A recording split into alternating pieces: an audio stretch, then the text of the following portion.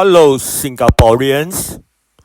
In my earlier video that talked about Singapore facing many challenges in producing talent, I will give my suggestion on how to improve our education system and the importance for our young ones to develop critical thinking skills that is lacking in Singapore. MOE can consider if they are listening. It's important that we need to enhance critical thinking skills, starting in primary school. Critical thinking involves something more than mere memorization or remembering of facts. It pushes young learners into ways of thinking, questioning, analyzing, and using knowledge in valuable ways. Critical thinking helps students to be curious and enjoy lifelong learning. Building these skills early in a competitive place like Singapore is essential for school and career success and will be a great advantage for STEM, university, and even polytechnics and studying abroad. Why start young? It is necessary to start developing critical thinking skills at primary school because young children can learn new skills more quickly. Early developed skills help young learners to solve problems effectively and understand various subjects better. Children who develop critical thinking are most likely to feel confident when faced with severe difficulties and make intelligent decisions. Later, those with these skills are more prepared for different problems, can adjust to new situations more flexible, and make better decisions. So, what hinders critical thinking? Pressure for good academic performance.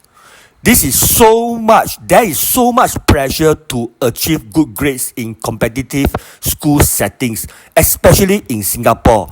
The students may focus on memorizing facts and methods rather than an in-depth understanding of a particular subject. If students focus on memorizing for exams, young learners might lose interest in deep thinking. Second, fear of making mistakes. Some classrooms that punish mistakes or focus on getting the right answer can make students afraid to join in. This fear of failing can stop young students from answering questions, trying new ideas, or thinking creatively, all significant parts of critical thinking. Third, rigid curriculum. Critical thinking grows best in an environment where learners can freely investigate ideas and explore questions. However, if classroom activities are more structured and flexible, there is more room for exploration. Students may only learn to think critically about a problem or consider multiple solutions if they can explore and experiment. Another one is time limits.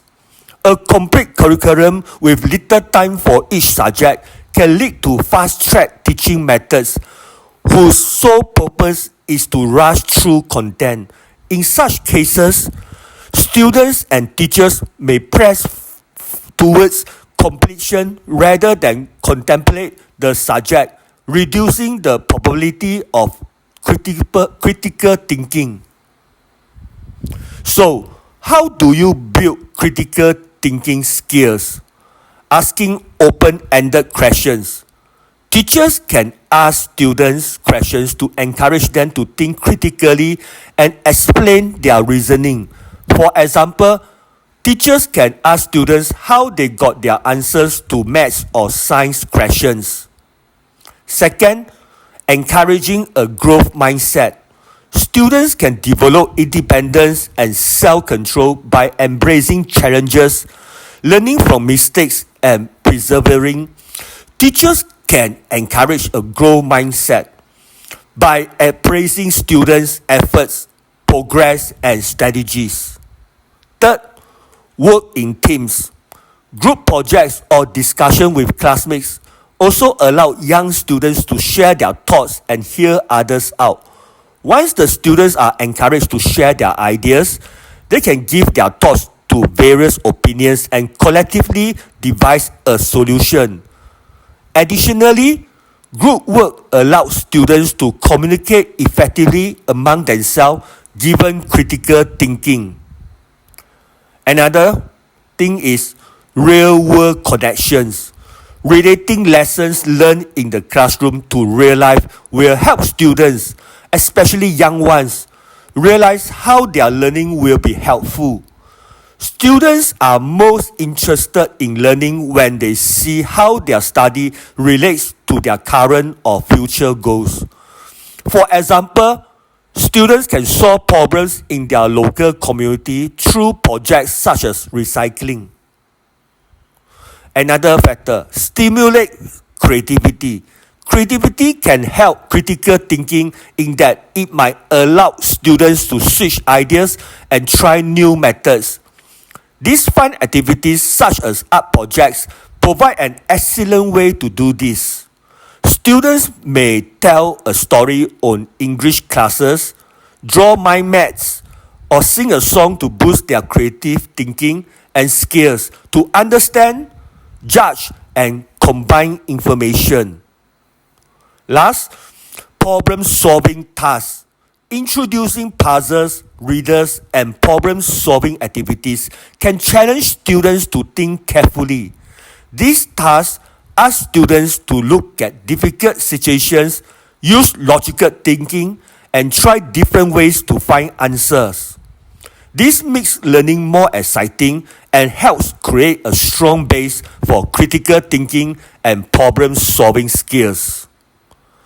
In conclusion, helping our young to develop critical thinking skills is essential for their learning and future success. Students can build critical thinking skills in a supportive setting by asking questions, working in groups, connecting to the real world, encouraging creativity, and solving problems. Critical thinking is increasingly important in the education system in most countries. Early and consistent development of these abilities will better prepare our young ones to face whatever challenges the future might hold with confidence. I would love to hear your thoughts on all I had said. I am Puah from Red Dot United. Thank you.